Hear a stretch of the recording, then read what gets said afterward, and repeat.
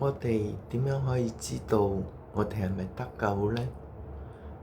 邊一樣嘅表徵係代表我哋得救係重中之重呢？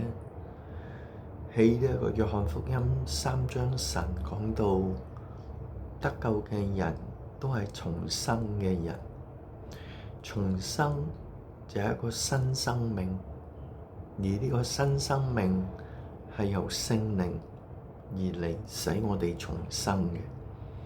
呢個新生命同舊生命有咩分別呢？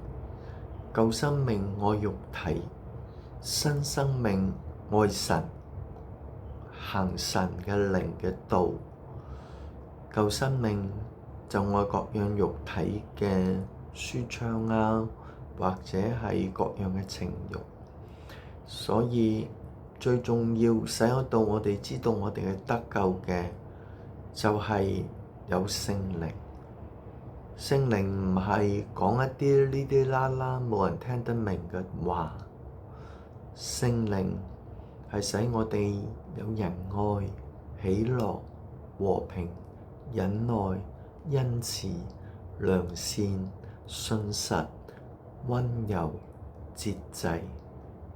呢啲就代表一個人有聖靈啦。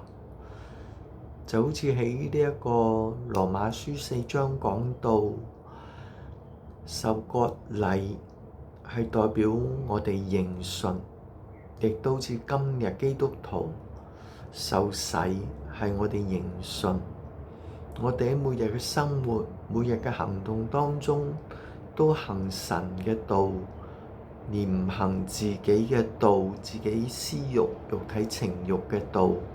我哋就係得救㗎啦，因為我哋有聖靈，使我哋可以行出呢一切。就好似羅馬書8章講到，聖靈與我的心同證我是神的兒女。所以願弟兄們都緊緊咁跟隨聖靈，跟隨聖經，跟隨神嘅旨意。如果你有咁嘅立志，有咁嘅表現，有咁嘅喜愛，喜愛聖靈，喜愛聖潔，多過喜愛電視機，多過喜愛喺一啲唔好嘅世俗嘅事上面行事，我哋就知道我哋有聖靈啦。